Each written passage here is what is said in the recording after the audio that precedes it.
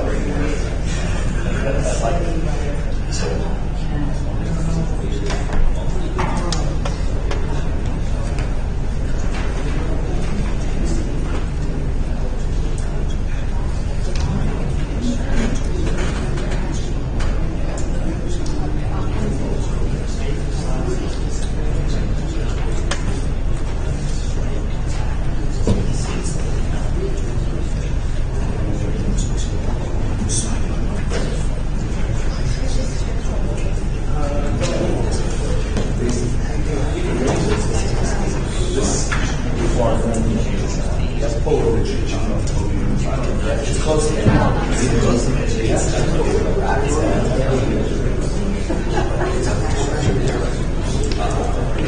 That was the best thing about it. Where it is.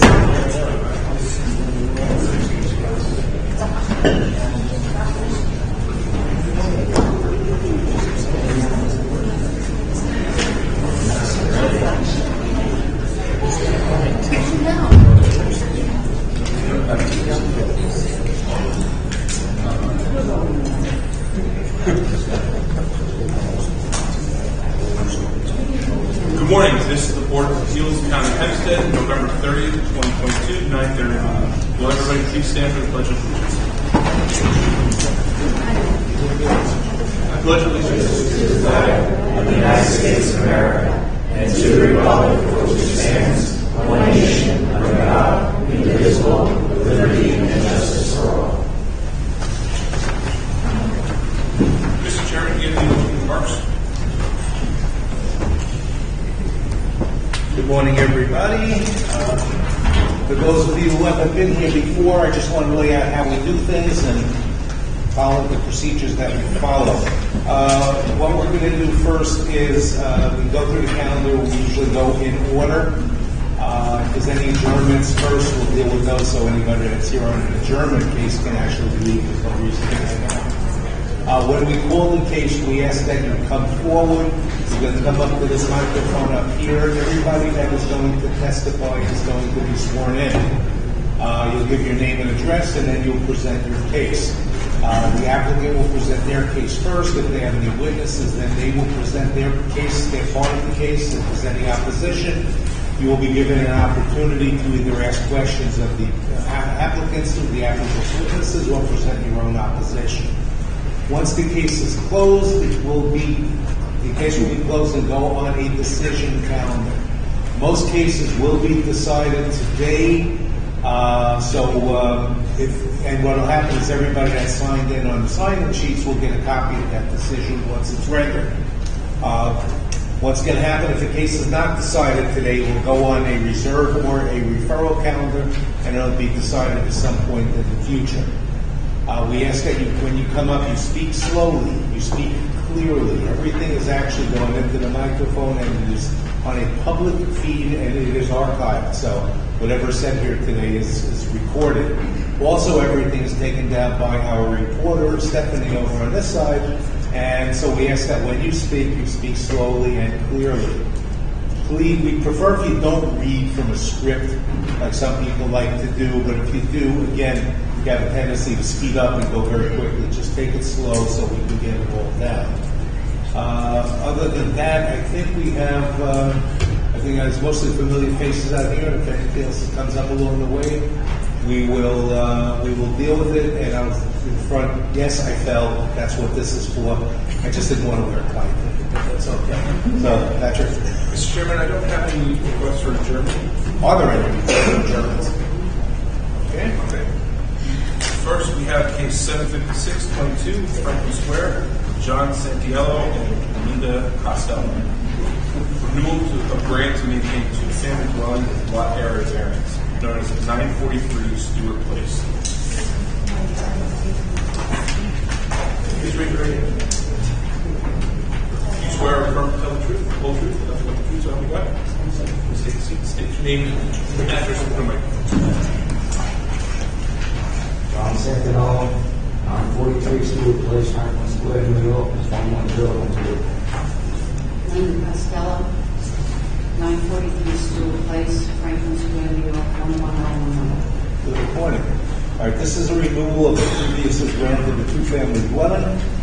The house was inspected by the building department on August 19 of 2022, and at that time you were found to be in compliance with all the conditions that were previously granted by this board. Is there anything else that you would like to add? No. Do you have any other questions from the board? I move the hearing be closed, the case placed on the decision calendar. When the board renders its decision, you will be notified. Second. All in favor? Aye. Any opposed? Any abstentions? Thank you. That's it. Next we have case 75722, year limbo. James, Natasha Hunter, James and Eleanor grant to maintain 6-foot-high fence known as 4 Central Place. There was an application for appearance waiver this year.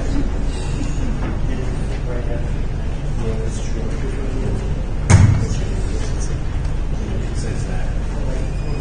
All right, nobody has signed in opposition, so the appearance waiver is granted on this case. The building was inspected on March 21 of 2022.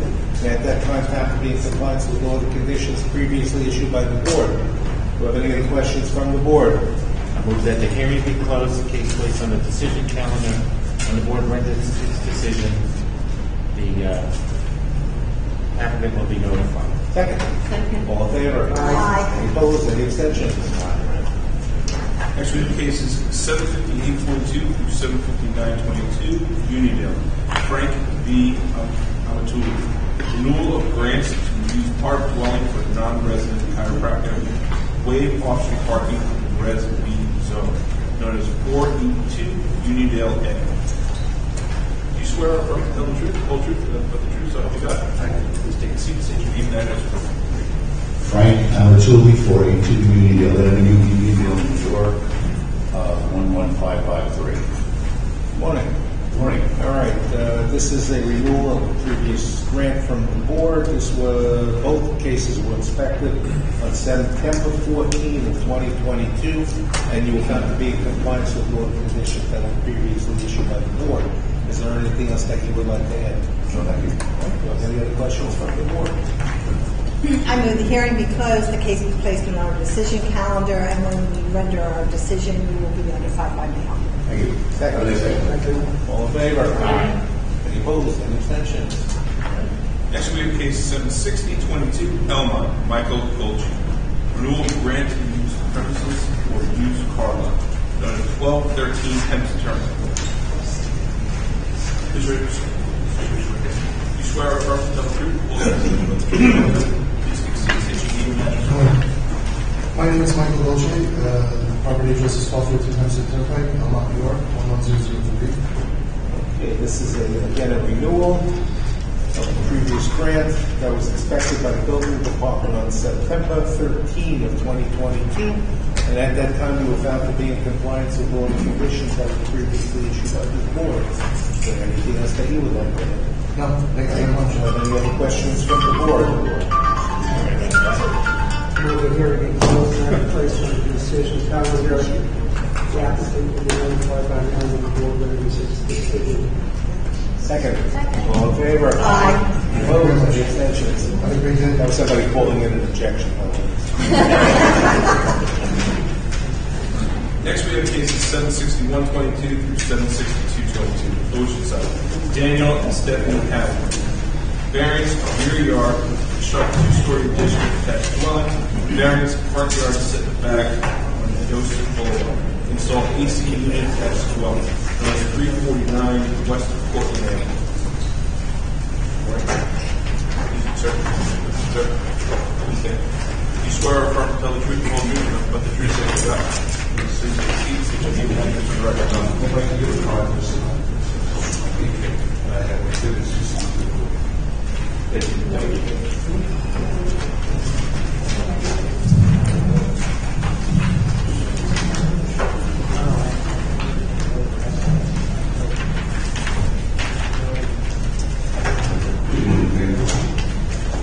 Thank you. I'm Lou Trentino with 32 Design Studio. We are working with the Hanlon family. Stephanie and Hanlon for West Franklin on West Coffee Avenue. We are here today to seek relief from the Board of Appeals in regard to the proposed addition, which will be erected on the left side of the dwelling facing, the right side of the dwelling facing from the street, as well as an air conditioner, which will be an encroaching element in the front yard of West Coffin, as well as the front yard of the street. The proposed project is to design a living space that will provide 2 bedrooms on the addition level of the second story. The 2 bedrooms will be for their 2 small children. They are a growing family. They may have more children down the line, but they felt that it would be in their best interest to extend their home and adopt the lifestyle of their family. The lower level of this project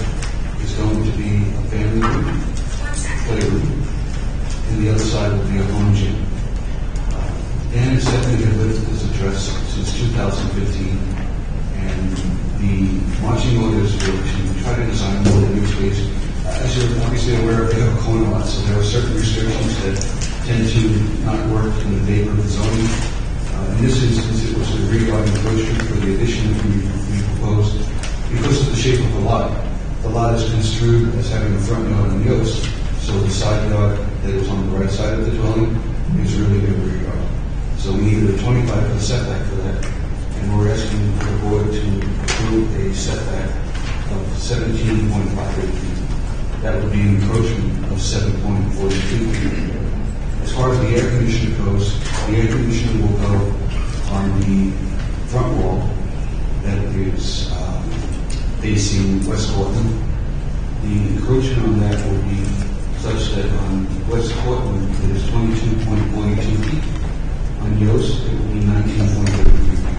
I want to make a point that separate applications were also filed and approved for fencing on the property that would follow the regulations of the corner lot requirements. There's also a shed. As far as the fencing is concerned, the fencing will essentially hide the appearance of the air conditioner. I also want to make the point that this home is in a flood zone. Because of that, we have to be very delicate, particularly with the type of construction and the means of accessibility and the floodplain and what's known as the freeboard. So we created an addition that would almost appear to be like that of a split level. We were, through coordination with the building department, able to come up with a solution that all of the construction will be above the 2-foot freeboard of the floodplain. And of course, that air conditioning unit, that will be 2 feet above the floodplain as well on a base. The Hammond family loves its home. I came to work with them right at the thick of COVID, and they both work from home on occasion, primarily Stephanie. They have a beautiful expanding family. The number of bedrooms in their homes will really still remain 3 because they're going to take their current master bedroom and combine it with their son's room, and this will now be a master suite. There is another room that's going to stay labeled as a home office. That will probably be mostly if they have room to.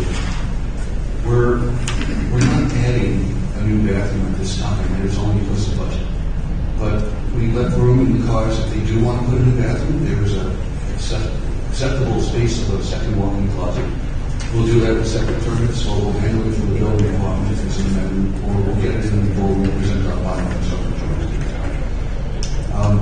This family is so well loved by the neighborhood.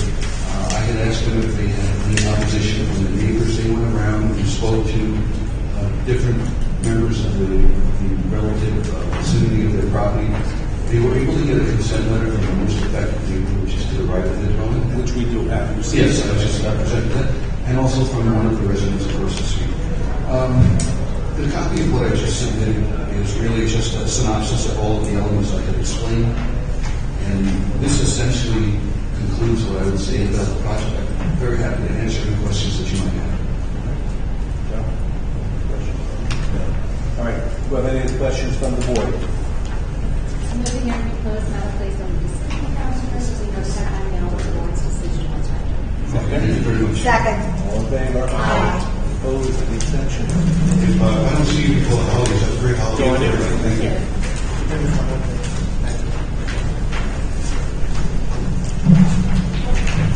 Next, we have case 76322, 76422, Levittown, Mira Kim. Variances, front yard average setback, side yards aggregate, construct 2-story addition to dwelling. Variances, side yard aggregate, maintain wood deck attached to dwelling, known as 28 Academy Lane. You swear or affirm to tell the truth, whole truth, and nothing but the truth, okay? Yes. Please take a seat, state your name and address for the microphone. Thank you. Ron Fiore, 208 North Wisconsin Avenue, Massachusetts, New York. Here is on behalf of the King residents, proposing a 2-story addition, side addition, on a house that doesn't meet the required average front yard setback.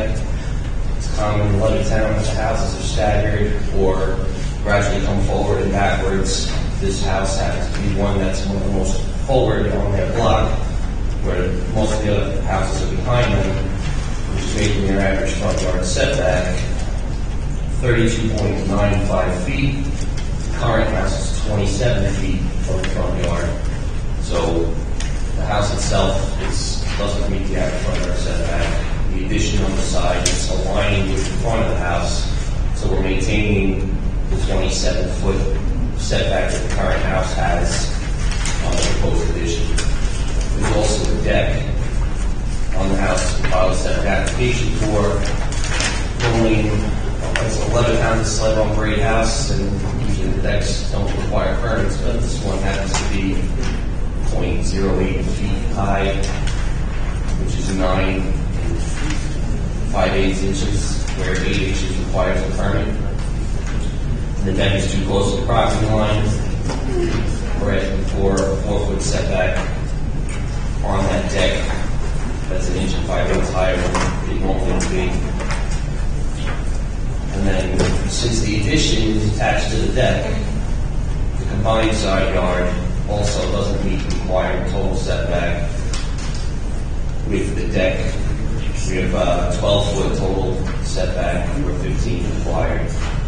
Mr. Fiore? Yes, What was the existing front yard setback? 27, and we're proposing 27 to match.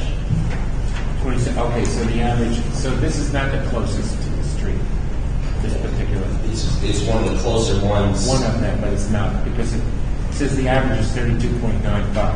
Well, that would be most of them are further away from the street. Okay, So theirs is the closest to the street. to the street. Understood now, thank you. No problem. And then, I don't know if you got my deck information regarding the deck. It's 1 inch and 5/8 higher than the required permit. Normally, we would regrade the property and call it an 8-inch high deck, but the deck is sitting on a patio itself, so that wasn't feasible. So we're asking for a variance to this deck that's pretty much on grade. That's your case. That's my case. So, any questions from the board? Move the hearing be closed and not place on the decision calendar. There will be no deadline now for the board's decision.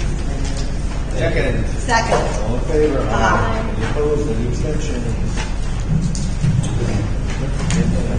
Next, we have case 76522, Stephen and Karen Falk, mother-daughter residents at the second kitchen, known as 2669 Riverside Avenue. You swear or affirm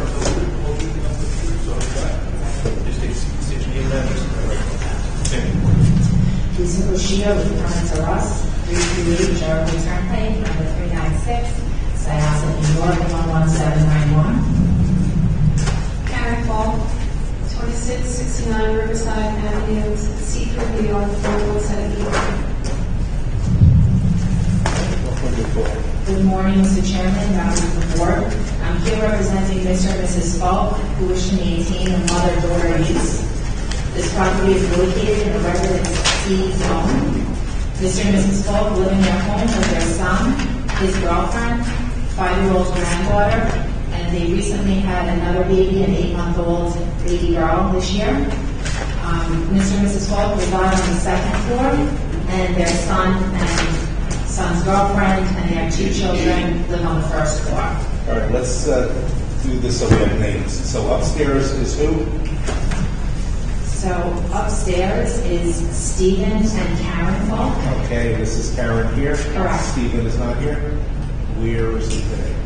He's going to get off work. He works for a small business, and Okay. he was not able to. And then the other residents are?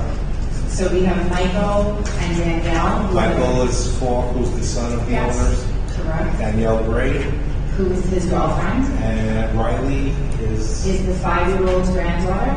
okay, And then the 8-month-old granddaughter. And Mia Mia. is the 8-month-old. All right, and Michael and Danielle, they working or? Yes. All right. Continue. The dwelling did have prior mother-daughter use. My clients purchased the home in 2021. Mr. and Mrs. Falk respectfully request your approval today.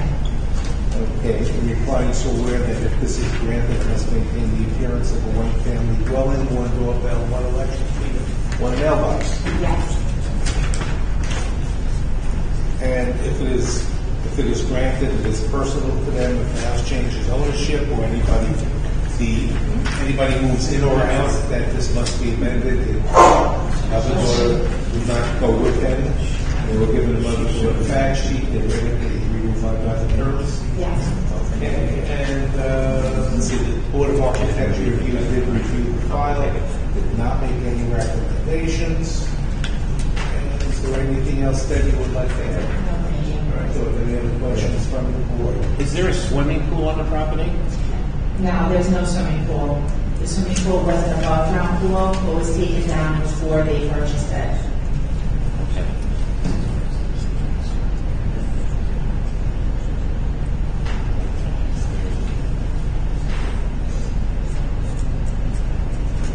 I have no questions. I move the hearing be closed and case placed on the decision calendar on the, thank you. When the board renders its decision, you will be notified. Second. Second. All in favor? Aye. Any opposed? Any abstentions? Thank you. Thank you. Next, we have case 76622 through 76822, Merritt, Beatrice Tester, and Maxie Case. Install pool not permitted in the side yard. Install 5-foot-high fence forward of the dwelling.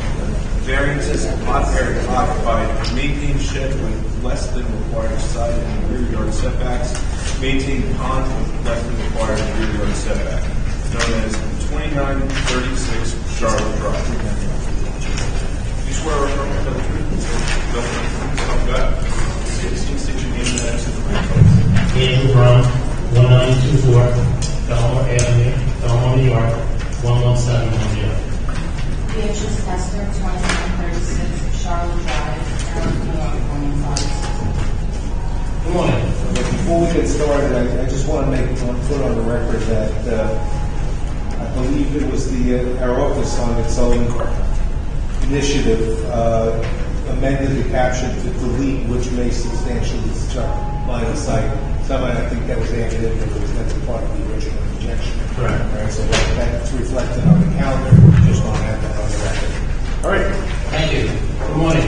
We're seeking approval to install a swimming pool in the side yard, as well as maintain a pond and a shed that both are too close to the property line. Mr. and Mrs. Tester bought the home in 2021. The pond and the shed were both existing, and so was the existing deck and second story. They wanted to install a pool, and the only place available for it is there on the side yard where we have it proposed. You'll see we tried to maximize the space by putting in an irregular shaped pool, and we're also seeking permission to put the fence forward of the property as indicated there on the plot plan. The Testers, as I mentioned, purchased the home in April of 2021. The husband and wife, as well as daughter, live there in the house. 8-year-old is an avid swimmer and claims she wants to be a swimmer when she grows up, so mom and dad are looking to put in a pool for her. If you look at the radius map, the Testers spend a good amount of time talking this over with the neighbors, and every immediate neighbor, as well as the neighbors across the street, all have given letters of support. If I can please turn Ready goes now, so we'll set place of evidence. Thank you. The pool meets and exceeds all of the town of Hempstead and the New York State guidelines for a swimming pool. And as you can see by the layout of the property, the pool, the only place they could fit it is there on the side yard. The homeowners would agree to screening in the front if the board so desires along that front fence line there, so you wouldn't see anything beyond the fence. In my opinion, I don't feel it's a substantial variance. It would not bring down the value of the property in any way. And if the board is inclined to approve this, I feel the benefit to the applicant would outweigh any detriment to the community. That's your case. As Lavelle, if any questions. Do I have any questions from the board? The iron fence around the swimming pool, does that qualify for section 252 of our ordinance fencing? It would, so long as the spacing between the members meets that requirement, which is less than a 4-inch sphere to fit through it, it would, and that, if this board was inclined to approve this, it would be submitted to the building department, whereas they would go ahead and approve that. But so long as the fence meets the spacing requirements, it could be of any material. And non-climbable, obviously. Non-climbable with So a the gate. horizontal rails would be. They wouldn't be in a place where you can climb them. So the fence would have to be non-climbable, a minimum of 5 feet to meet town of Hempstead guidelines, and any gates would have to be self-closing, self-latching, and open away from the pool. And the material of the fence just has to be durable enough that somebody can't push on the top and knock it over. So this iron fence would meet those requirements, yes. Good. I wanted you to put that on the record. Thank you. I move the hearing be closed. The case placed on the decision calendar. When the board renders its decision, you'll be notified. Second. Second. All in favor? Any opposed? Any abstentions? Thank you.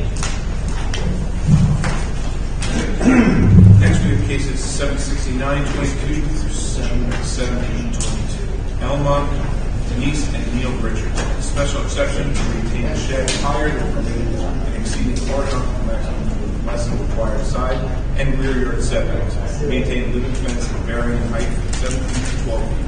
Known as 51 Joan Court. You swear to tell the truth, the whole truth, nothing but the truth, so help you God. Please take a seat, state your name and address for the microphone. Jean Kennedy, 124 Haven Drive, St. George's, New York, 11934.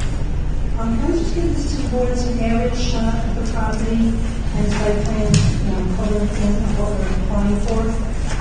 Good morning, Mr. Chairman, ladies and gentlemen of the board. I'm one of the ones that read the script, sorry to say.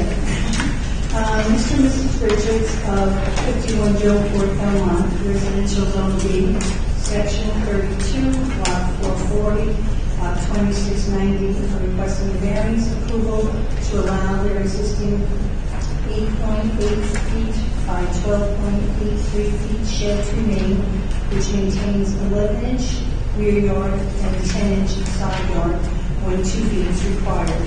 Also, it's maintaining 12.83 feet horizontal and 12 feet is allowed. Also maintaining 11.29 height when 9 feet is allowed.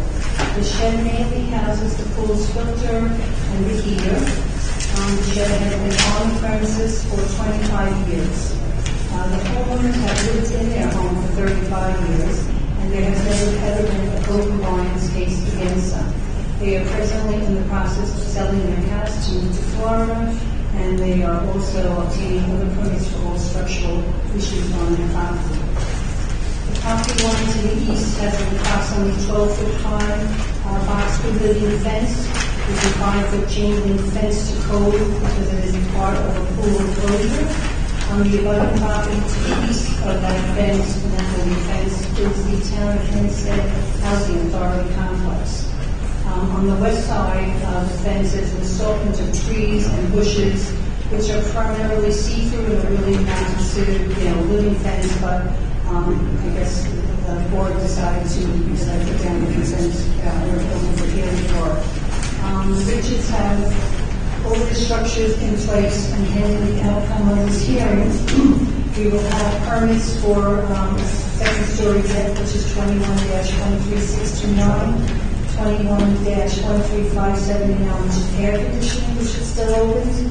21-13631, which is an in-ground pool, filter, heater, and fence. Building permit opened on third sheet 183092 from 1958 will be voided out because it's a duplicate of 91.3669 from 1991. The swimming pool still does not have a CO, is that correct? It's got a permit and everything was, yes, sir. I'm looking at the site plan that you submitted, and there is no measurement from the pool to the property line. Do you know what that measurement is? 6.10 rear yard setback.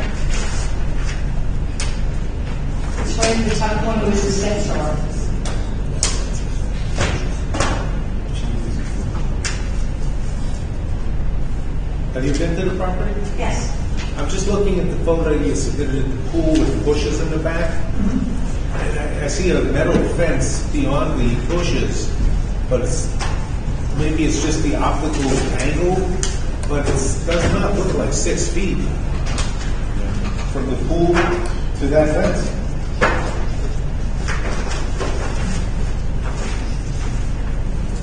We have something on the survey done. Again, on this. It might not look that because, there's a flower bed where the shrubs are in, and then behind that there's a little bit of spacing also. And from the pool edge to the actual fence and the property line itself is over 6 feet.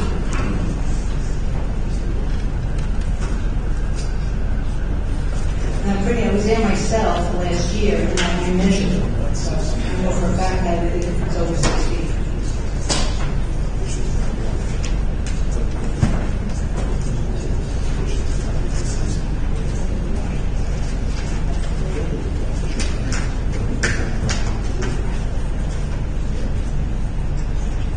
All right, I mean, if you're telling me it's over 6 feet, I can't dispute that based upon a picture. But the building department, when they go out, I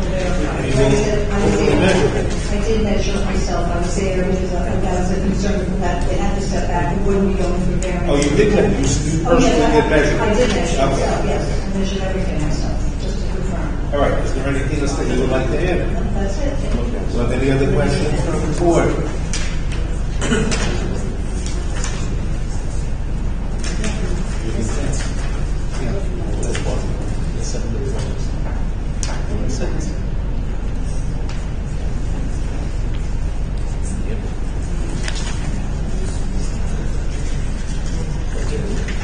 I move the hearing be closed and takes place on the decision calendar. When the board renders its decision, you will be notified. Thank you so much. Have a Second. good day. All in favor? Any opposed? Any abstentions? Next, we have cases 771-22, 772-22, Sue Carroll, Fleischman. Variance of lot area occupied, construct the first and second story additions attached dwelling. Variances of lot area occupied, rear yard maintained wood deck with ramp attached dwelling, known as 1897 Jackson Avenue. You swear or affirm to tell the truth, the whole truth, and nothing but the truth, so help you God. State your name and address for the record. Thank you. Good morning, members of the board, Mr. Chair. My name is Mark Anthony Montessori, architect. My office is located at 1563 Belmore Avenue, Belmore, and this morning I'm representing my client, Susan Fleischman, who is the owner and occupant of the property. So first, I'd like to submit 4 photos which allows the board to see. This is a tricky part to be able to see in the backyard exactly where we're proposing our addition. So this morning we're requesting variances to construct a 2-story addition, as well as we'd like to maintain the existing attached rear deck. The clients are looking to expand their living space on the first floor with roughly an 8.5 by 11-foot rear corner addition, which would be 2 stories, which on the first floor would connect the den and the dining room, as well as allow them to increase the primary bedroom area above. There is also an existing rear deck which the family uses as a main outdoor living space. This is a corner lot. If you look at the plot plan, you'll understand there's not a lot of space in the backyard. This deck also has a ramp to allow their elderly parents easier access into the home. The deck attaches to the house as well as across to the detached garage on the east side, which causes the rear yard variance. Our request is to increase the lot coverage for the building from the permitted 27.5% to 30.71%. This is a 3.2% income overage. And for the deck, we'd like to increase the lot coverage from the permitted 30% for the deck to 31.6%, which is just a 1.6% overage. Additionally, we would like to reduce the rear yard from the required 15 feet to 4.21 feet, which is what the existing garage is at.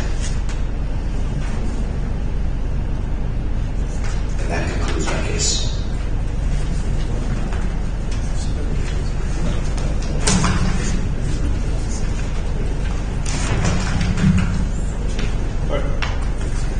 Do I have any other questions from the board?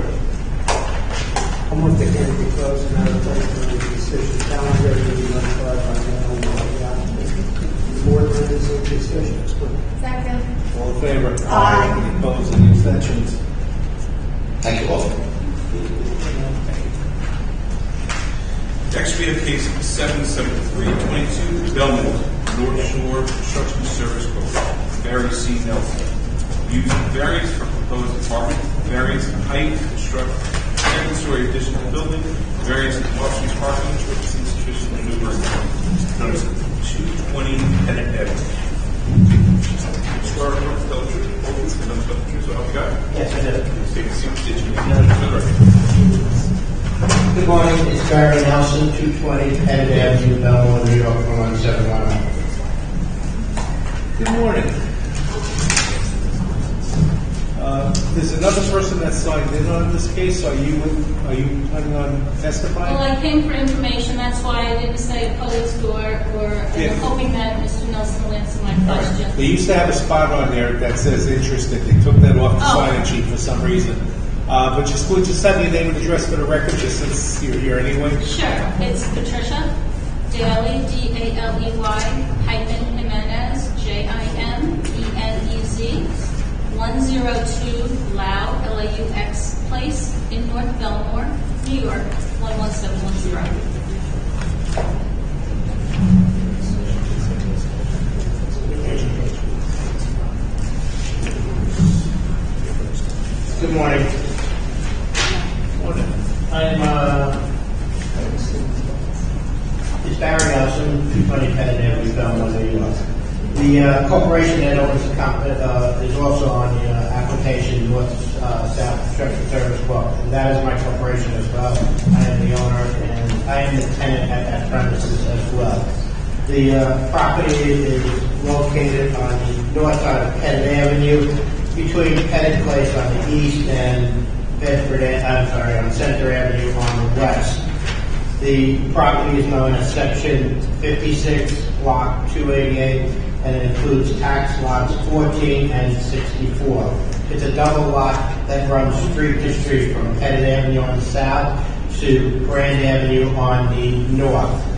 Currently, there's a one-story building. Oh, I'm sorry, let me just hand in some photographs.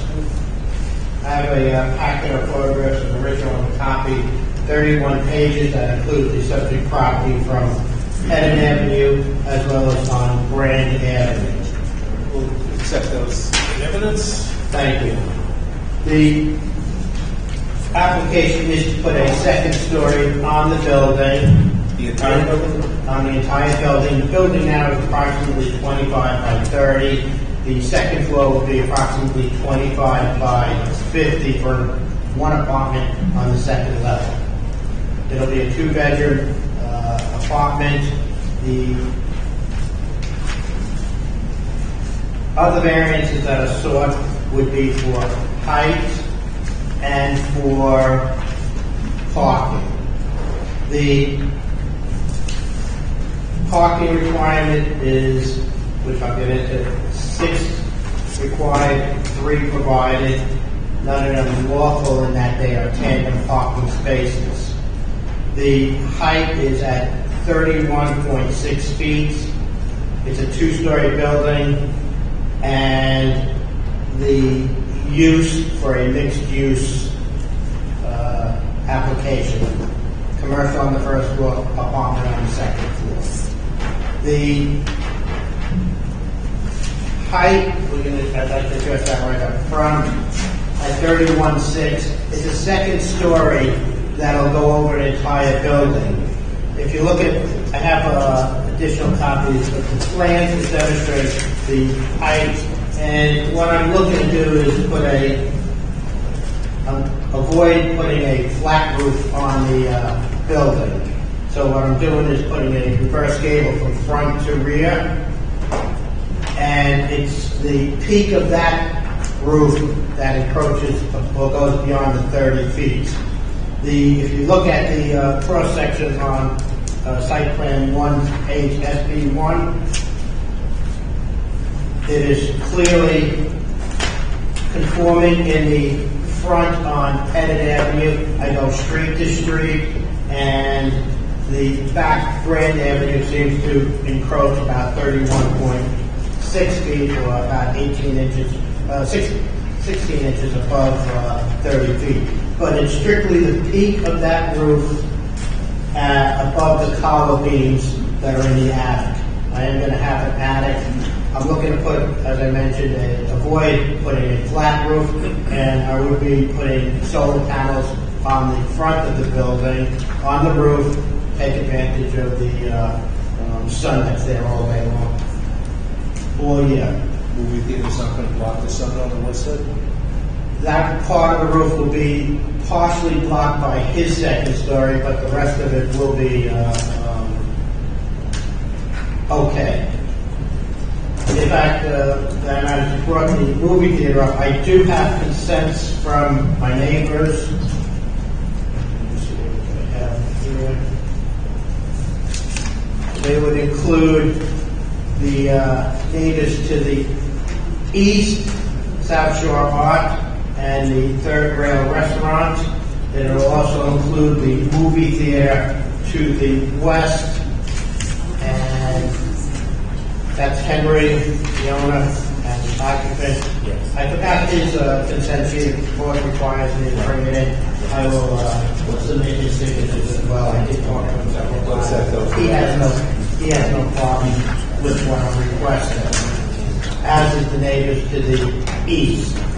Along with the application, the property has some history, and you'll probably find an open building permit because in 2007, under case number 634-2007, 635, there was an application made by 220 Pettit Avenue LLC. And I'm going to hand in the decision as well as the site plan and approvals that were approved on the application July 11, 2007. And that was to construct a second building on the back tax lot. And that would be lot 64 on the Grand Avenue. Maintain the existing building up front on Pettit and construct a two-story building in the back. That two-story building was to incorporate office space on the first floor and a garage and an apartment on the second floor. Was that application almost identical to what you're applying for now? No, sir. That is the apartments. For an apartment, correct. The structure is the same. Actually, that included an additional approximately 25 by 43 office space on the first floor and a 25 by 43 on the second floor an apartment, two-bedroom, two-bath apartment. That was, there is a building permit out open on that one, which I attached to what the exhibit that I just handed in. And that would be building permit 2006 07263 and 2006 10711. And that was issued on September 22nd, 2011. It was never constructed and it hasn't been closed out, but it was to construct a two-story mixed-use retail at grade and an apartment above. One apartment? One apartment. Okay. And a garage. At that time, that requirement for that development of the site required, I think, 16 parking spaces, where two were comprised of a garage and a driveway. I did hand in the site plan, the marked up, it's marked up by myself, which is what was in my files, and the grant and the building permit that was issued on that. In 2000, no, that's fine, we already did that. The next application, I personally came before the board requesting a one-story addition just to add to the office space that I had. And that was pre-COVID, 2019, under case 478, May 22nd, 2019. I was adding approximately another 800 square feet on the retail space or the office that I have now. At that time, I had a tenant which was sharing my space, and he moved out. I'm not looking to put additional retail office. There's abundance, and which I'll get into the economics in a second. So that was granted. At that time, it didn't include an apartment, but it required 12 off-street parking spaces. 16 off-street parking spaces, where 4 was provided or proposed, similar tandem parking, and it was insufficient backup, etc. And it was in the back on tax lot 64. And the board granted that case. The board granted that one. That was a waiver of off-street parking with insufficient maneuverability. Yes. Which is what you're asking for today, essentially. Yes. But that did not include apartments. Understood. So I guess the biggest, your biggest hurdle is going to be the apartments. The rest of the stuff has already been through the board and approved. Including the apartment back in 2007. Yes, you're right. So what I'm doing now is, actually I'd like to handle the last, but just for the economics. Currently, on an 800 square foot building, I'm paying almost $16,000 in real estate taxes. That's without insurance, without maintenance, without et cetera. That's $19.50 a square foot. I can't get $19.50 a square foot for office space. In fact, along Pettit Avenue right now, we have from Pettit Place to my building vacancies and lousy uses other than the third rail and the art studio. The movie theater has an apartment above his place. The property to the east of me, you have third rail and South Shore Art. Above the third rail, just to the east of that, above on that same property, there are 2 apartments. In the back of that property, there's a 2-family dwelling detached immediately to the east of me, and a auto repair shop, all on the same property. So you got the mixed uses of retail, restaurants, apartments, and that property has at least 4 apartments and an automotive use. To the west of me is a movie theater and an apartment. On Grand Avenue side, on the south side, if you continue east, you have the mixed uses, 1- and 2-story buildings right up to Bedford Avenue. To the west of me is the movie theater, the fire department, and the fire department has a height of 34 feet, and they have a flat roof. And then you have Tim Green's building, which he already, I spoke to him, I didn't get a consent, but he's okay with my application. And he has 2 apartments on the second floor and office space on the first floor. His first floor office spaces have done, other than he's occupying one of the units. He's had multiple tenants in and out on Grand Avenue. If you come back on Pettit Place, as you go to Grand Avenue, every second story is apartments. You make a left turn and go north on Grand Avenue, except for the southwest corner of Grand Avenue and Bedford, every second floor located along that corridor is apartments on the second level. So creating an apartment at this location is not going to alter or change the sense of character of the neighborhood. Dollars and cents, it doesn't pay to expand the office space because I cannot get a reasonable return. It'll cost me the proposal that I originally went for the expansion of the office space would have cost me over $250,000, and I'd probably get just about my taxes back on the construction. There was also a unique situation in creating a first-story addition in that the buildings to the east of me, I would have to underpin their buildings for concrete and foundation, as to what I would have to do to the movie theater, remove their sidewalks that there's a alleyway, and underpin his foundation, which added a substantial cost of construction for one story. So, Mr. Nelson, how many apartments?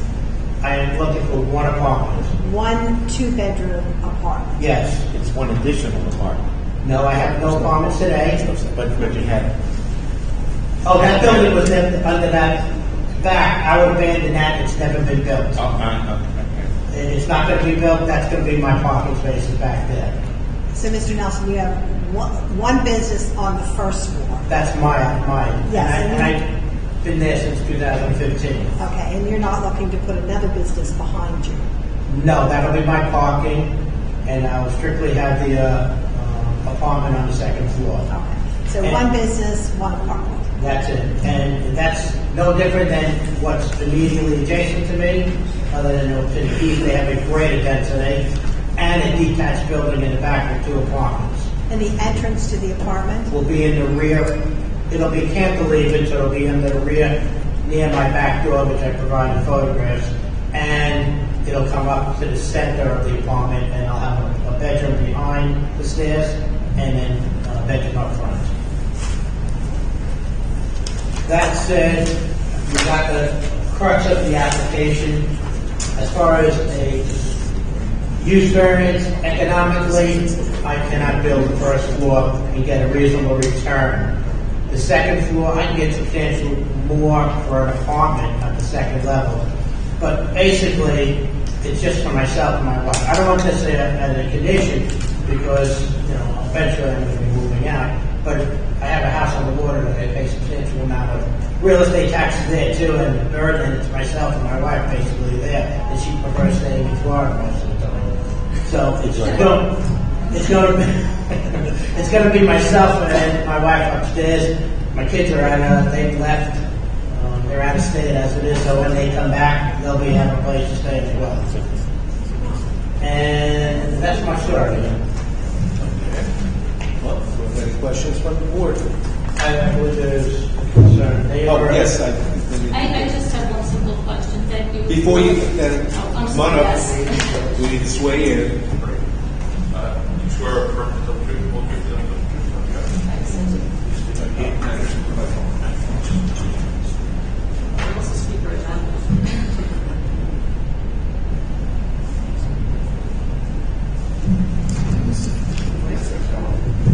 I can speak loudly. I'm loud. Thank you for the presentation. I'm clear understanding of what it is you intend to do. I'm well familiar with the building. I went to that dentist my entire life, Dr. Johnson. I have one question. How many bathrooms are going to be in the apartment? 2 bedrooms. 2 bedrooms. 2 bedrooms? One bed or 2 baths? 2 beds. 2 beds. Having not seen the plans, does it lend itself to be subdivided into 2 one-bedroom apartments at some point? I don't know, but I'll take a condition and maintain 1 bedroom. One apartment. Only because, as you well know, Mr. Nelson, there is a pending development down the block. We're not sure where and how many that's going to be. There was a landmark hearing last night, so that development continues. And again, it's going to be apparently redesigned. Could be redesigned, excuse me, I don't want to say something out of turn, depending on the landmark status. And then, of course, there's always a traffic issue, parking issue, which you know because you work down there, and so many of the members said no.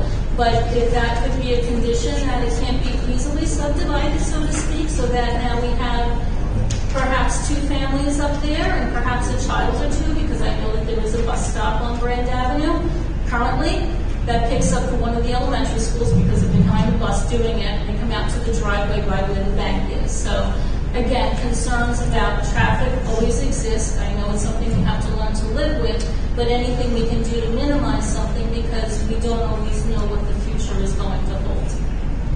Thank you for listening. Thank you for answering my question, and good luck. Thank you. All right, Mr. Nelson, anything else? No, nothing else. Do you have any other questions from the board? I move the hearing be closed, the case be placed on a decision calendar. When we render a decision, you will be notified. Thank you. And you will also. Thank you.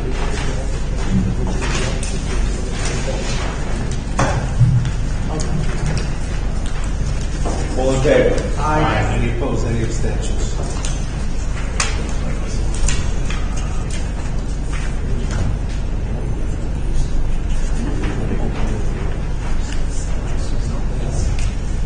Next, we have the 9-case adjournment calendar. First, we have case 62222, Point Lookout, Suzanne Vasquez. Variances, lot area occupied, side yard aggregate, rear yard, constructed addition, deck, two-story additions, all attached to dwelling, demolish existing addition, known as 10 Mineola Avenue.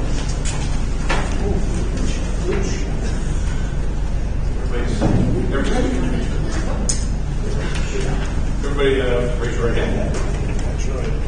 Do you swear or affirm to tell the truth, the whole truth, and nothing but the truth, so help you God? I do.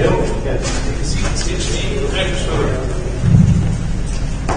Thomas McKevin, 333 Burlington Boulevard, Uniondale, New York, 11553. It's Barry Nelson, 220 Kennedy Avenue, Belmont, New York, 11710. Everybody else is sworn in, so we'll introduce you as necessary. If needed. Together. Good morning, Mr. Chairman, members of the board. Thomas McKevin of Sodom Board of Rapicolas, 333 Burlington Boulevard, Uniondale, New York, 11553, representing applicant Suzanne Vasquez in this matter. Case number 622 of 22 are for variances for lot area occupied, side yard aggregate, rear yard to construct a two-story addition with a roof deck attached as well. Location of the premises is 10 Mineola Avenue in Point Lookout, located on the east side of Mineola Avenue, approximately 520 feet north of Leo Boulevard, and just 2 houses south of Bayside Drive. Also known as Section 61, Block A, lots 8 through 11, on the land tax cap of Nassau County, and is in the Residence B zone of the town of Hempstead. This Point Lookout, the premises is 75 feet deep by 80 feet wide, so it does total 6,000 square feet, and is currently occupied by a two-story frame single-family dwelling. The dwelling one-car attached garage was originally constructed in 1955 by Dr. Vasquez's father, so it's been the same family since it was constructed nearly 70 years ago. A building permit was issued in 2014 for interior alterations to construct the second floor and a front porch in the flood zone. The current lot coverage is 29.8%, and the addition on the north side of the property maintains a setback of only 3.3 feet from the current setback. So Dr. Vasquez has 4 adult children, 3 of which are married, and she has 7 grandchildren. So what she's simply looking to do is create more space in the house, so when they all visit, they're literally not on top of each other, so the purpose is creating some more bedrooms and some family space in the house. Now, on February 12, 2020, Dr. Vasquez brought an application before this board to construct a two-story addition on the north side of the property that required variances for lot coverage, side yard aggregate, and rear yard, and this board denied that application. So the first issue the board will be asking is, why is this not very judicata? Why should I not be precluded from bringing this case? It looks like I'm bringing a similar case, which I argue I'm not. So yesterday, with the board staff, I actually did a number of cases to the board and speaking to the council about it. But I did some research for second department cases, which is the appellate division which controls, and Brooklyn which controls Nassau County. So I'm just going to read some portions of some of those cases and determine whether res judicata applies or should not apply. And so, for example, as only board entertaining new application. Mr. McKevin? Yeah. We don't know tell us what's different from that application to this before you tell us why res judicata doesn't apply. Sure. So what we have different from the 2020 application. In the 2020 application, the proposed side yard setback was 3.1 feet. This one's going to be 5.1 feet. So it's going to be a 64.5% increase in side yard from what was before this board back in 2020. In addition, as part of this application, we're removing the current north side addition of the premises. And this north side addition is only 3.3 feet off the property line. So instead of just having 3.3 feet, we're actually expanding to 5.1. So we're significantly increasing the side yard more than what it was. So in 2020, we're looking to decrease the side yard. We're actually increasing the side yard significantly by 64% on what it currently is. And if this were a 60-foot wide lot, 5 feet would be acceptable. Exactly. Under the old code, this would give no variance to be needed under the old code, but this one we do. But it is what it is, we need a variance, but again, much lesser than originally required. In addition, the second story setback is set back a little more, so you have a solid roof line in front. In addition, with the roof line deck, and one thing I did realize is I read through the transcript of the 2020 hearing as to why the board denied. There were a number of concerns. The first concern was the decrease in the side yard. So we addressed it by increasing side yard significantly. The other concern, which came up in the 2020 hearing, is with the roof deck, that we have a privacy issue to the neighbor in the north. So what we've done is we've constructed a 6-foot barrier on the north side of the deck. So not only give privacy to the neighbor in the north, but privacy to our neighbors as well. Because to the house to the north, they have a roof deck right in their portion, and give both parties privacy. Again, we've erected a 6-foot privacy slab between the two. Another significant concern at that point. Proposed lot coverage in 2020 was 35.7%. We're now proposing 33.8%, so about 2% lower on the lot coverage than we were preparing back then. Even more importantly, the original application back then had an entrance on the side, which would be near the neighbor to the north. We've removed the entrance on the side of the property on the north when you're looking at it. So there'll be entrance from the rear. And most significantly, what I think this board had an issue with, is that according to the original design of the house, this addition, and what makes it so complex, and we're doing the person who crafted the plans to answer your question with it, is because the new addition must be flood compliant for the requirements. You're talking a grade level where we can't have the same grade as the current house. We prefer to do that, it can't work. So the original proposal had it completely separate. So the only way you can get in to this addition would either be by side entrance or rear entrance. There was no interior access. And what I think the board had a concern about is could this, at some point, be converted to illegal occupancy? Because it can very easily be done. There's already a separation of living quarters, essentially. And throw a kitchen there, next thing you have another apartment. So a very good concern. So what we did was, Mr. Nelson and I spent hours going through the plans with the draft person. We've now completely redesigned the interior. So there's now going to be an interior connection staircase. So it will all flow to one house. We're losing a lot of living space in the middle of the house where it happens. It's not going to be just a couple of steps. There's going to be several steps to make this happen because of the change in grade. But again, no one concerns this board had. And again, she's very honest. I've spoken to her client many times. She's a four-extended family. They've had this house for 7 years. It's not going anywhere. They intend to have it for many years to come. So that is what we really did. So those changes are quite substantial and really a lot of money difference in the construction plans for the interior staircase, which we believe is very substantial. So that is really the chief differences, which I think is significant in that regard. So again, just going back to what the cases say. What the cases say, which I've added to the board for you, is what the board needs to see is that there were significant changes to the petition application. And again, that there was, something factually, this is from Green versus Brown. The board must find that our application is factually distinguishable from the Easton application. So I think the number of changes I made, I think it's not only significant, I would actually argue it's a substantial change from what was originally presented in 2020. So that is what we've done. Going on to the rest of the proposal, we are currently required a 15-foot rear yard setback. We're providing 4.28 feet. As Mr. Nelson's going to describe in a few minutes, it's next to the town of Hempstead Park. So you have no neighbors in the back of the property, so there's no one complaining unless someone hits a hole really far backwards, and they would be bad case for quite a bit of us. That's what he's going to happen. I'm going to ask Mr. Barrett Nelson to please testify. He's testified as a real estate expert in many cases beforehand. I'm not going to comment on the case beforehand, but he should probably know about something I know. But we're going to have him testify as a real estate expert in this case, and after your qualification, Mr. Nelson. Mr. Nelson, your name and address is on the record? Yes, sir.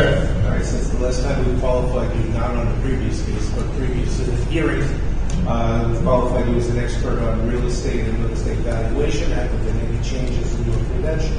No, sir. All right, well, continue your qualification as an expert, and you're free to testify. I'd like to hand in some exhibits. I have photographs of the subject property and the surrounding uses. There are 37 pictures, original and copy. I have a second booklet of grants, similar applications on Mineola Avenue, the vicinity of the subject property, and I got some various aerial views of the subject property and the surrounding area. Accept those as evidence. Without repeating what council said, the subject property is one of the last blocks, if not the last block, between on the easterly side of Point Lookout between Bayside Drive and Lido Boulevard. Everything to the east is the town of Hempstead recreational parks, and then you have the inlet and the Atlantic Ocean. The area views will depict what I just described to you. The photographs will be of the subject property from both Mineola Avenue and from the town of Hempstead park lands, just to the rear of the subject property. The photographs were taken by myself, and in my opinion, they fairly and accurately represent the subject property and the surrounding uses.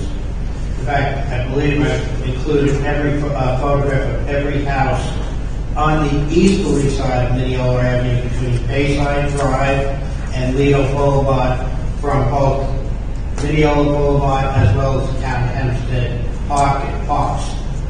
The grant would be from the clerk's office that will include most of the property, if not all, in the subject block on the east side of Mineola Avenue, as well as south on the east side of Mineola, south of Lido Boulevard on Mineola Avenue. The applications before the board would be, as council mentioned, lot area occupied, side yard aggregates, rear yard. The proposed construction of a 1- and 2-story addition on the northerly side.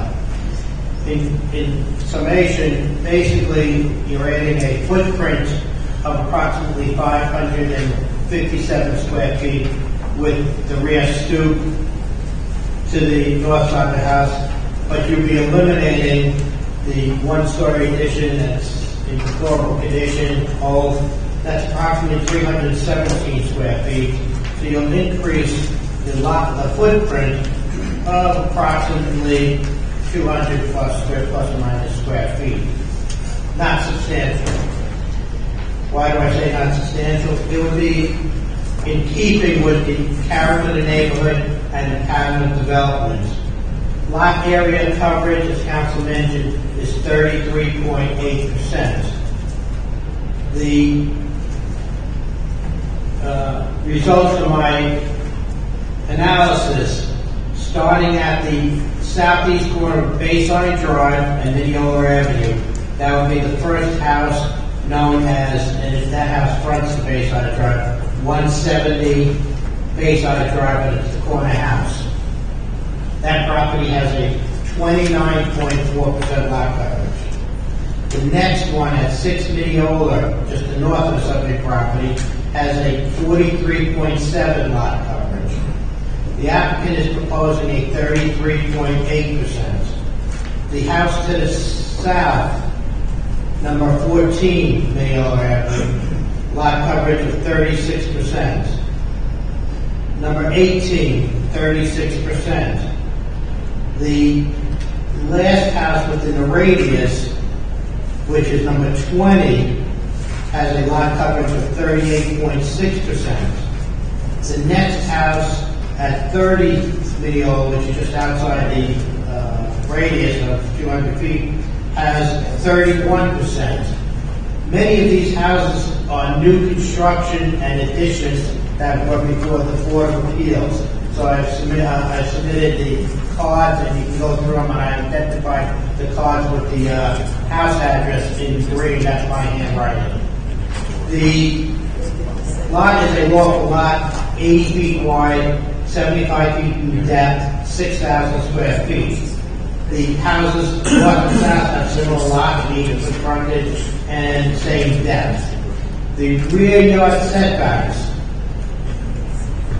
I provided photographs. If you view the photographs right from the north all the way down, the applicant is not creating anything out of character other than what's existing on Mineola Avenue, that housing that back up to Hempstead parklands. Their rear yard variance is almost the same as what the existing conditions are today. So you'll see that there will be no impact to the adjacent neighbors to the north, which has their detached, but has a one-story structure with a porch on top immediately to the north. Photographs will depict same, and the same thing to the house immediately to the south. They have their detached garage at that location, and if the subject property requested a detached garage, put in almost a similar sized garage detached at the northeast corner of the property. They're almost like 2 feet off the property line, 2 feet off the north side and 2 feet off the rear. The applicant is to maintain this area. It is habitable. It's not a garage. 5.1 feet off the north side property line and approximately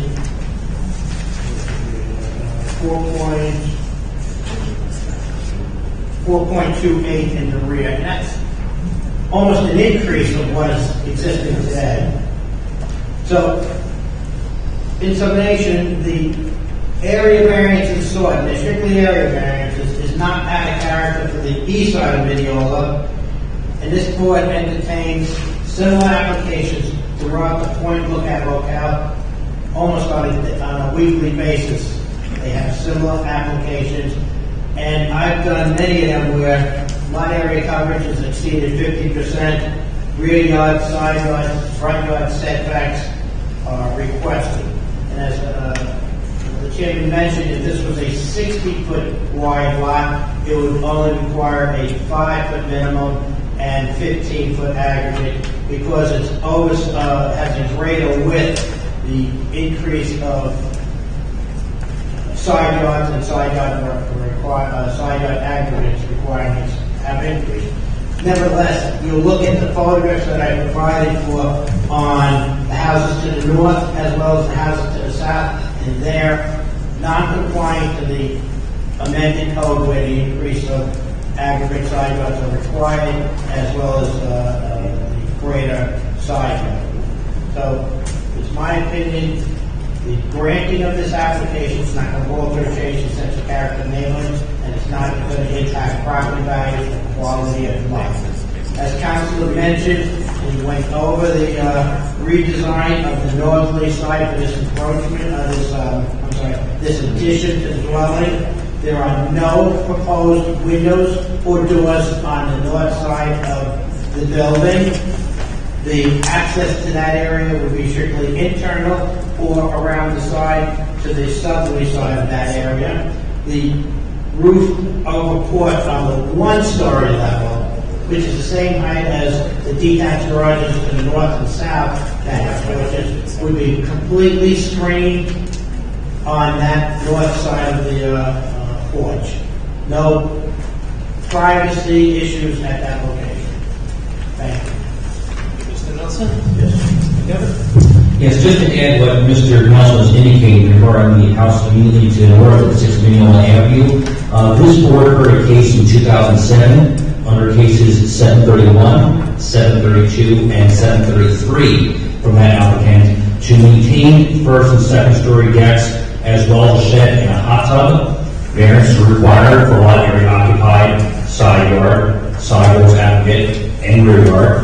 The lot coverage which was originally proposed was 45.5%. I believe it was cut back a little bit, a couple of feet aside to make it 43%. But they do a shed at that portion, which I think is only set back about 5 inches off the property line. I will give Secretary Board a copy of that decision from 2007, which this board approved. So again, when you're looking especially contrary to the residence to the north, which has the open air deck on the second level, which is not privacy screened, which has a lot coverage of 43%, we're requiring a little over 33%. They have a setback of 5 inches, we're looking at a setback of 5 feet. So again, I think we've done everything we can to accommodate and give the benefit to our applicant, and from our perspective, no detriment to the surrounding property. Do you have any other witnesses to present? Not at this time, Mr. Chairman. Okay, 2 people who signed in opposition. I don't know who wants to go first. If you want to just go up to the podium, just give us your name and address. And we accepted your last submission for that answer. Name and address? My name's John Colgan. I live at 310 Furnace Avenue in Rockland Center. Okay. Mrs. Daly owns the house to the north, 6 million old, not her son-in-law. And she came down today to hopefully oppose the approval of this application. Okay. We were here 2 years ago in a similar discussion, and I appreciate all the work that was done here. And if you look at the photos, on Mineola to the east, everybody has extended their house to the east as far as they could. Actually, there's some great houses over there now. We have decks on them. It's beautiful. It's a really nice looking place down there. None of the houses have installed an apartment like this in between the 2 houses. So it's out of character with what's there now. You can see from those pictures. It's not a matter of lot coverage or variances to back wall. It's a matter of where this extension was proposed to be installed. This apartment is going to go between the 2 houses. Not using the property that exists behind the house. There's plenty of room behind the house. If we were to receive a set of plans for an extension to that house that went back all the way to the wall, and the variances they're speaking about at the property lines, we wouldn't have any opposition at all to this. We would never be here. This application is to put, basically it's a mother-daughter type of construction, which is not in character with what I look at, in between the 2 houses, and gives us a 38-foot high edifice 5 feet from our property now. I think that does have an impact on our property, does have an impact on our property value, and it should be considered when we go to this application. We want to make it clear that Mrs. Dale's been on the lookout for 60 years. We've seen a lot of changes down here. I'm sure the board has seen a share of applications for property variances that go right to the lines everywhere.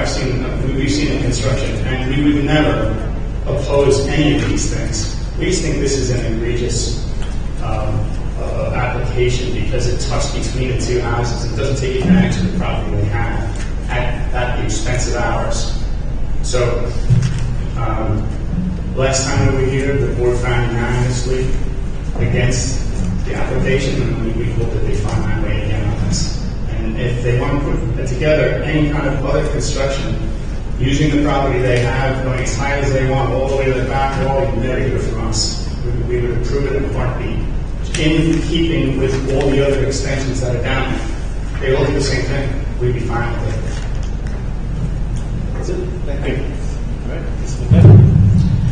First of all, Mr. Chairman, I'm going to object by stringency to the word apartment, which was used several times.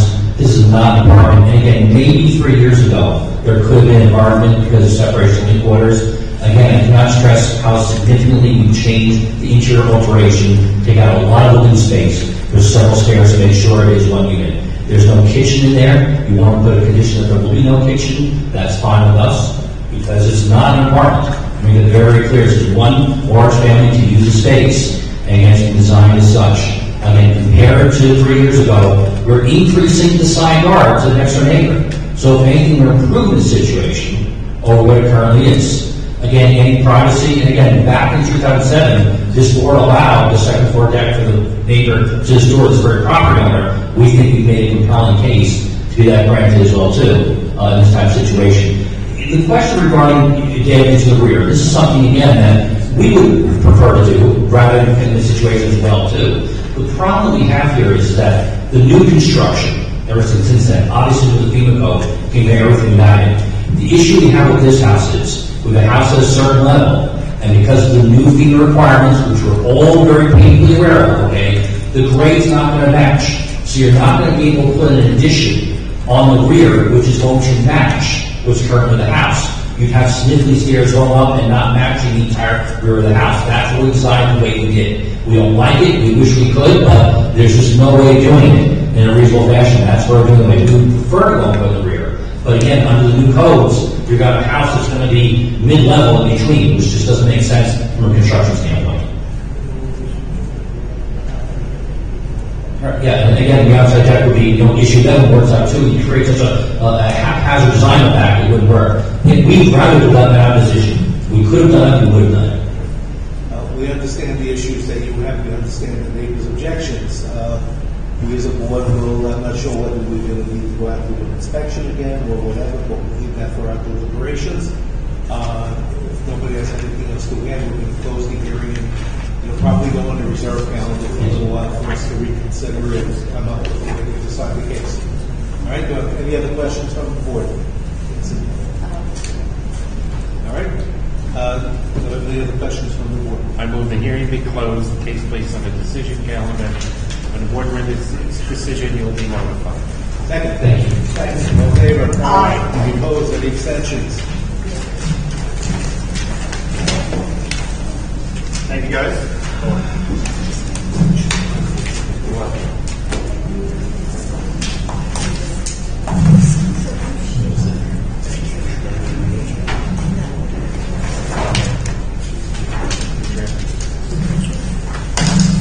Next, we have case 66422, Lido Beach. Alex Hammond installs 6-foot-high fence forward of the dwelling on Fairway Road, which may substantially obstruct the line of sight and within the clear sight triangle. Rehearing of case number 24422, known as 143 Fairway Road. All right, so nobody's appeared on this case, but apparently there was some confusion between the applicant and the attorney. So we're going to adjourn this case to January 4 of 20. Yes, no? Oh, I may want to push it to the next one. Next following one? Yeah. January 11th. All right, we're going to adjourn this to January 11th of 2023 at 9:30 a.m. and then we'll look up here next time.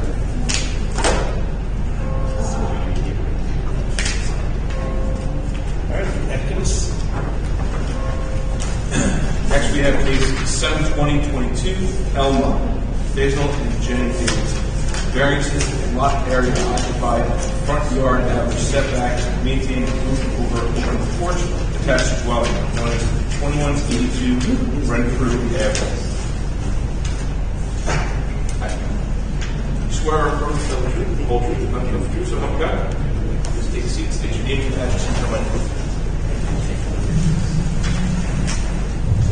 Basil Davidson, 122 Renfrew Avenue, Elmwood, New York, 11002. Jenny Davis, 182 Renfrew Avenue, Elmwood, New York, 11003. Good morning. Okay, what can we do for you, folks? Oh, yeah. Sorry. It's okay. Yeah, we're seeking a variance for a permit for covering a porch, a front porch covering. To maintain a covering over a front porch. Did you build this or did you buy the house that way? We bought the house with so it had a porch, it was a metal porch that had a removable awning. We had to take it over to the canvas. 40 years ago. 39 years and 3 months. Okay. So you did this construction, and what made you understand that and you need to legalize it? Well, in our neighborhood, a lot of people covering the porches. We had a contractor, we asked them if he could do it. We didn't realize that we required a permit for the permanent cover of the porch. So since then, we have applied to all of the necessary permits that were required. We feel there were multiple permits on the property, which was not perfect to us because we bought the house in 1980. Electrical, open electrical permit for the garage. Right, that's because I see that still shows as an open permit. And then on this we have, let's see, the lot area occupied, your lot requires 27.5%, you're providing 34.5%. The setback, average front yard setback, the average is 22.1 feet, you have 17.5 for the porch. And those are really the only two variances that you need. Do you have any objections from any of your neighbors? No. All right, and is there anything else that you would like to add? No, that's fine. All right, do you have any other questions from the board? Move the hearing to be closed, placed on the decision calendar. The applicant will be notified by mail and the board will render its decision. Thank you. Thank you very much. Second. All in favor? Any opposed? Any abstentions? Okay. Next, we have case 74222, Merrick, Southport, Gambino. Install pool equipment not permitted in the side yard, known as 1002 Tires Court. Nobody has appeared on this case. We have no phone calls or anything, so we're going to adjourn this also to January 11 at 9:30. Notify the applicant that they need to appear, or else the case is going to get dismissed. All right, that completes the morning calendar. We're going to take a short break, then we're going to come back and do decisions, reserve calendar, anything else we need to do.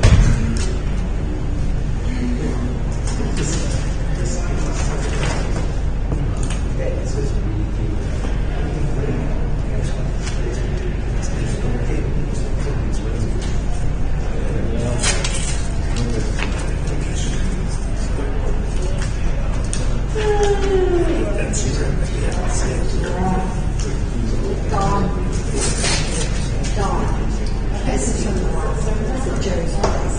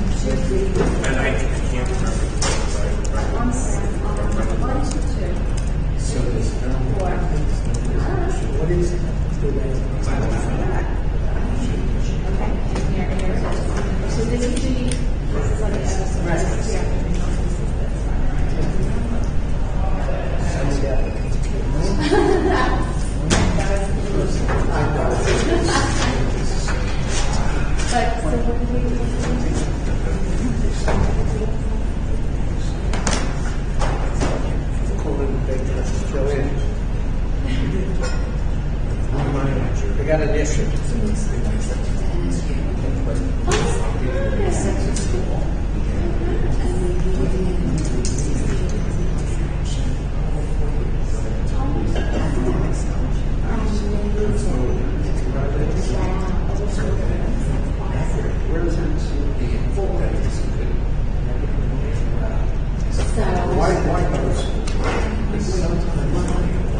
Okay, so that's his school. I mean, his first choice is his first choice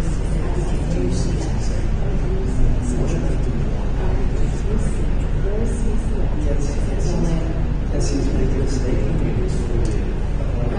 But that's not close to it. Oh, so that's just because there was that's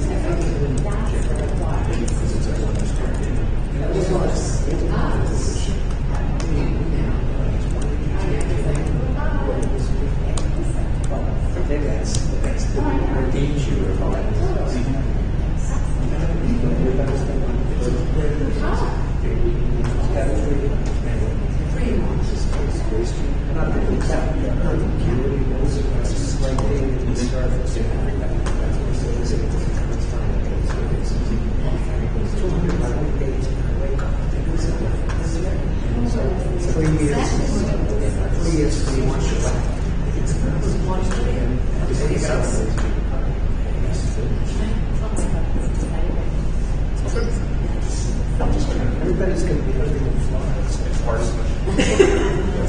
Figure it out.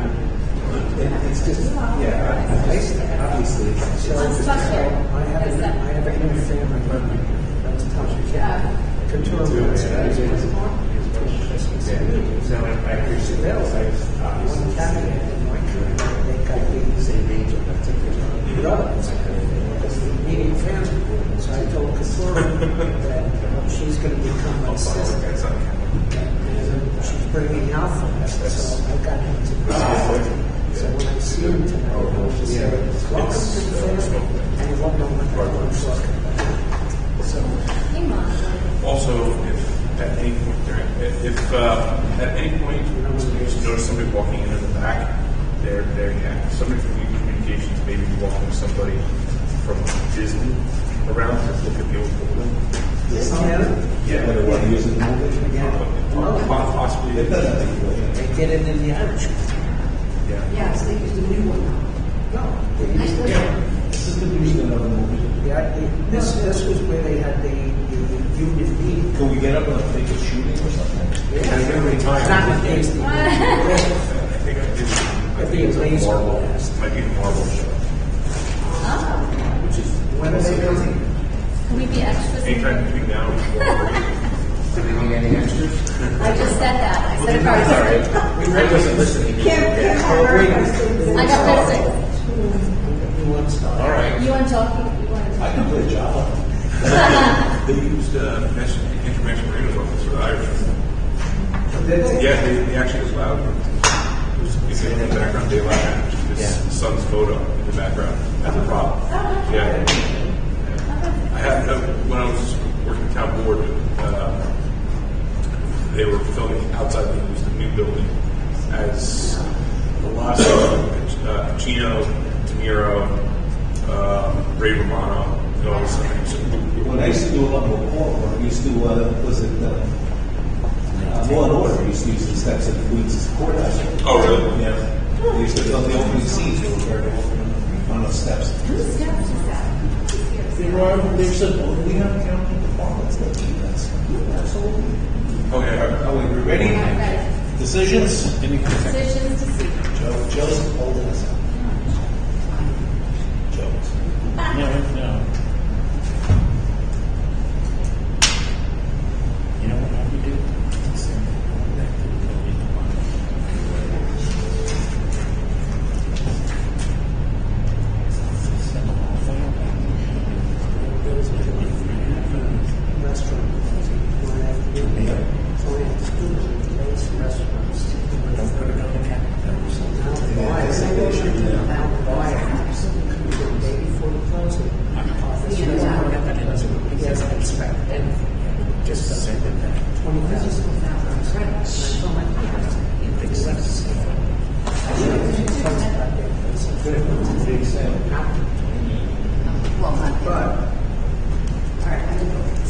Ready? First case, 756 of 22 Franklin Square, John Santinello, Linda Costello, 943 Stewart Place, Franklin Square. Any discussion? If not, do I have a motion? Make a motion for case 756 of 2022, Santinello and Costello, the applicants, to the removal of a two-family dwelling located at 943 Stewart Place in Franklin Square, be approved as requested, same conditions. 5 years. Second. All in favor? Aye. All opposed? Any abstentions? Case 757 22 near Lindbrook. Jason and Natasha Hunter and James and Eleanor Coney, 4 Central Place near Lindbrook. Any discussion? No one appeared. The waiver was granted on this. Otherwise, do I have a motion? I move case 75722 near Lindbrook at 4 Central Place be approved as requested, same conditions. Second. All in favor? Aye. Any opposed? Any abstentions? Next case is 758 and 759 of 22. Uniondale, Frank V. Amatuli, 482 Uniondale Avenue, Uniondale. Any discussion? If not, do I have a motion? I move that case 758, 759, 2022 in Uniondale, Frank Amatuli, renewal of grants for a non-resident chiropractor be granted for a period of 5 years with the same previously imposed conditions. Second. All in favor? Aye. Any opposed? Any abstentions? Next case, 760 of 22 in Elmont, Michael Golcha. 1213 Hempstead Turnpike in Elmont. Any discussion? If not, do I have a motion? I move case 760 of 2022, located at 1213 Hempstead Turnpike, Elmont, being granted as requested with all previous conditions. This is 5 years? 5 years. Okay, second. Second. All in favor? Aye. Any opposed? Any abstentions? Next case is 761 and 762 of 22 Oceanside. Daniel and Stephanie Hanlon, 349 West Portland Avenue, Oceanside. Any discussion?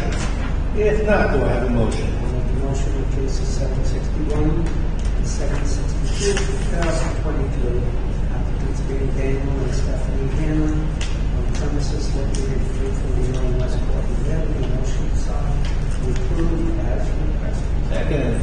All in favor? Aye. Any opposed? Any abstentions? Next case is 763 and 764, 22 in Levittown.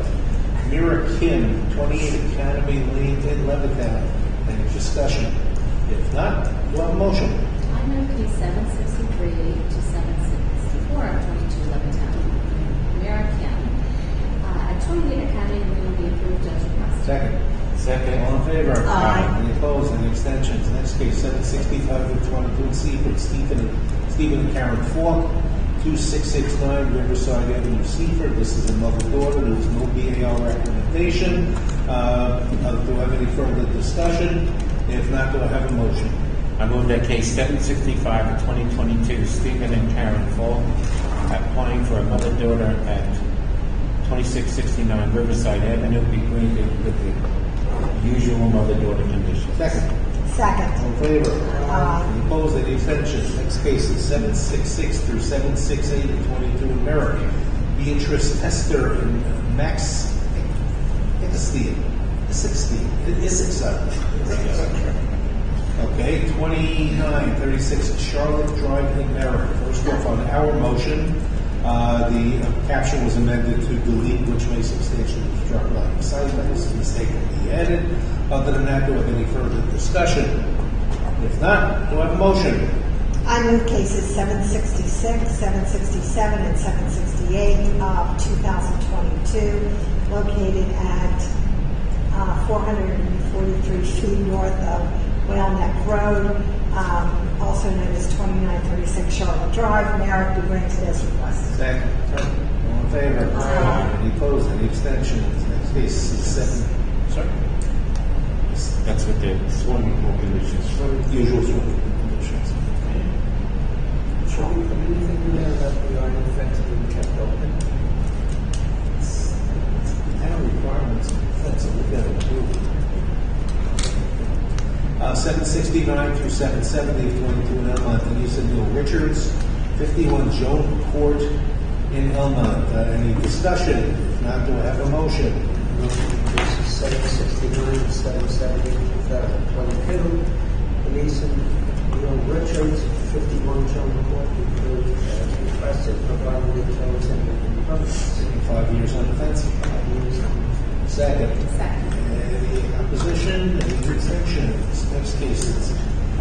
Aye. I forgot about that. 771, 772 of 22 in Seaford. Sue Carol Fleischman.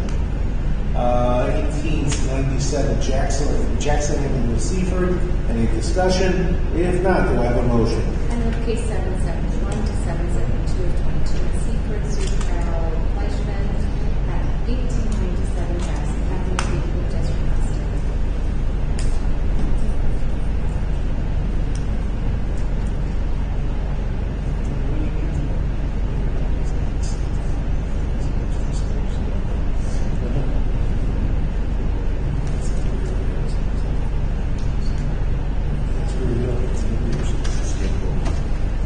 Second. All in favor? Aye. Aye. Any opposed? Any abstentions? Next case, 773 of 22 Belmont North South Construction Services Corp., also known as Barry C. Nelson. Property address 220 Pettit Avenue in Belmont. Any discussion on this? I mean, he indicated it's a 2-bedroom apartment, will not be subdivided any further. Is there any other discussion? Does anybody want to take a look at this? I mean, I know they look very well.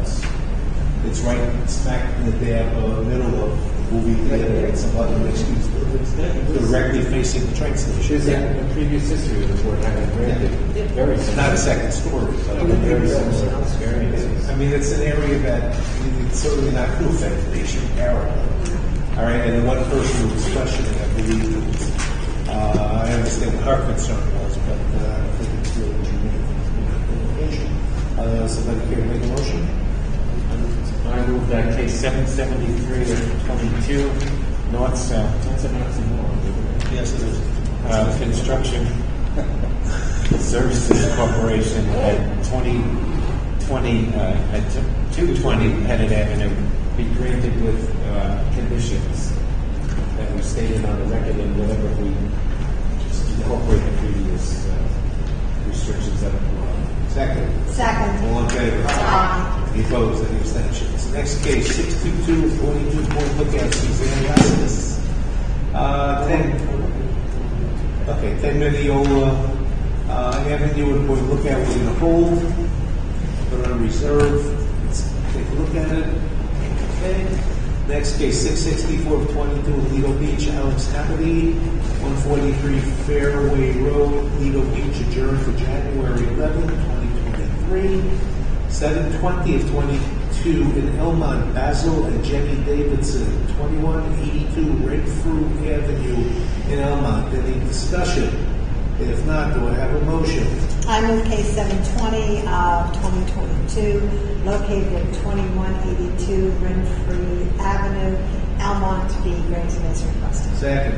Second. All in favor? Aye. Any opposed? Any abstentions? Last case, 742 of 22 Merrick, Salvatore Biondino, 1002 Tyrus Court in Merrick, adjourned to January 11 at 9:30 a.m. We just didn't want to be here for that case. All right, anything on the reserve calendar? Start at the top, MCRT. Right. Robin's still speaking with the town board about procedure on that. The Rockaway portfolio, which was also tracking grants. Yeah, it's not here to present them, so we'll put that on. Hold on, instead of 5, Okay, so page 2. this is yours. No, let's have this. Oh, okay. Which one are we talking about? 705 to 708. Page 1. It was with, these fences that came to the driveway, Oh, okay. where the very last portion of it is 4 feet. I did inspect, there's fences all over the neighborhood in the exact same location. I was a little concerned though, because there are cars, and there's a car on the front lawn, or the side lawn, on cinder blocks. The place looks like a mess. There were 3 other cars. There was some kind of carport that had I don't know what hanging over it. I mean, it's a mess. Why don't we send the building department out to inspect it to tell us what is not legal and what needs to be cleaned up before we do anything? They had their car just parked on the lawn. It looks as if it's got a front yard portico. I don't know if there's a permit for that. It's got a car parked under it. It's a mess. So we're going to refer to the building department to inspect and report. Okay.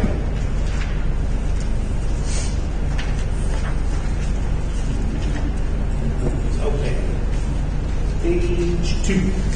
What about 727 and 728? This is, Rob is still working on this one. He's speaking. Which one? 6/30/22. Look at it. So he has to be posted for that one. So we can do the notes here. Case. I expected 727. Right. Okay, let's go to that one. That's fine. Okay, so I make a motion on that? Yeah, I'll make a motion the case is 727, 728, 2022. Ariel Scheidel is the applicant, affecting premises at 76 Howard Road. Be approved as requested. That's the, it's Second?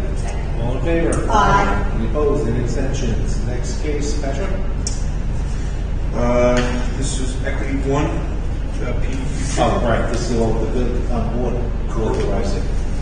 Right, well, it was town board, they just authorized the site plan afterwards.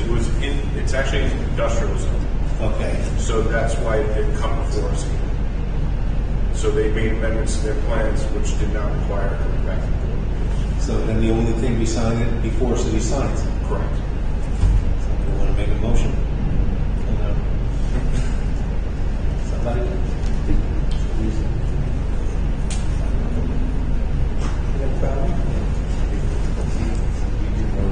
Yes, I do. Well, you don't have to do it. I mean, we denied the application. We went back to the town board. Town board gave them the approval on site plan approval because it's an industrial zone, because they didn't need a variance. Which they probably should have done in the first place, but they did. So now all that's coming to us are signs. But denying signs is not going to do anything. They're already open and operating. I'll make a motion for case. Go ahead, Case John. is 732, 33, 736. Affecting signs only, the improvements are requested. 5 years? 5. Second. Second. All in favor? Aye. Any opposed? Any abstentions? Okay, the next one gets the referral form, which is sitting. For those of you who may not be aware, I think actually it's litigation. I have some things, we've got some current pending litigation that we'll discuss. All right, what else we got to take? We have 3 requests for extensions of time. I like it. Steve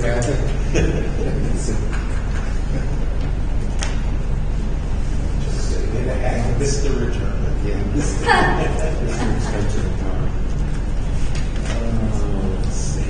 Case number 765, 2022, I assume. Yes. Naomi Realty Corporation, they need to secure permits. The plan was approved pending approval of Nassau County Planning Commission. Board granted the case January 5th, 2022.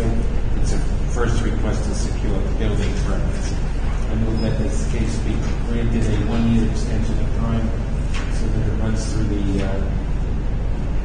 Planning Commission as well as the town of Hempstead. Second. Second. All in favor? Aye. Any opposed? Any abstentions? Case number 77 and 78 of 2020. The applicant is New York Joanne Presbyterian Church. They've had 11 extensions of time to secure building permits.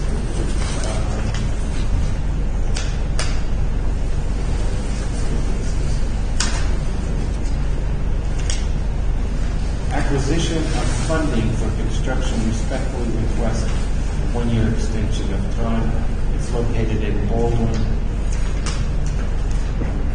And it was originally granted in 2020.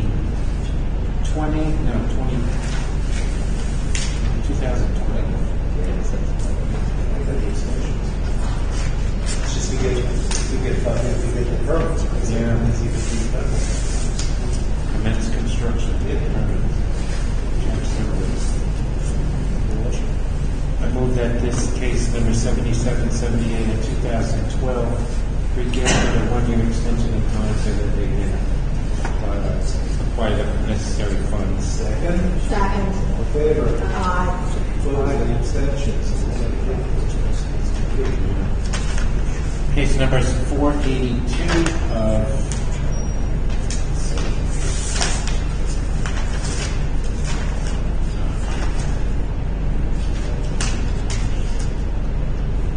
482 of 2002. It's in East Meadow, New Covenant Church on Belmore Road in East Meadow. They need a hardship due to lack of funding. Project 2/3 completed. All outside building work is completed. Anything going on from the outside, it's pristine. Yes. There are photos attached. I would move that this case be granted a 1-year extension of time to complete the interior construction. Second. Second. All in favor? Aye. Opposed? Abstentions? Okay, what else? Okay, let's just be part of the back of the 2 minutes, so I can tell you what's going on. Oh, yeah.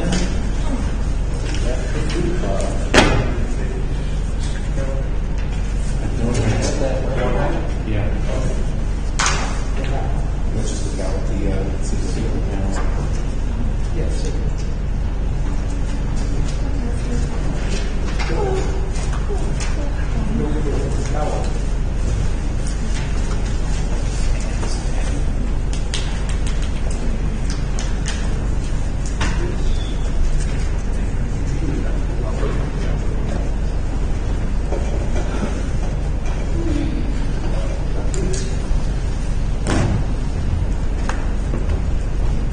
David, very good, you want to hear the Sally Boy Gambino. That's why it's coming. Sally Boy? AKA Sally Boy. Could be right.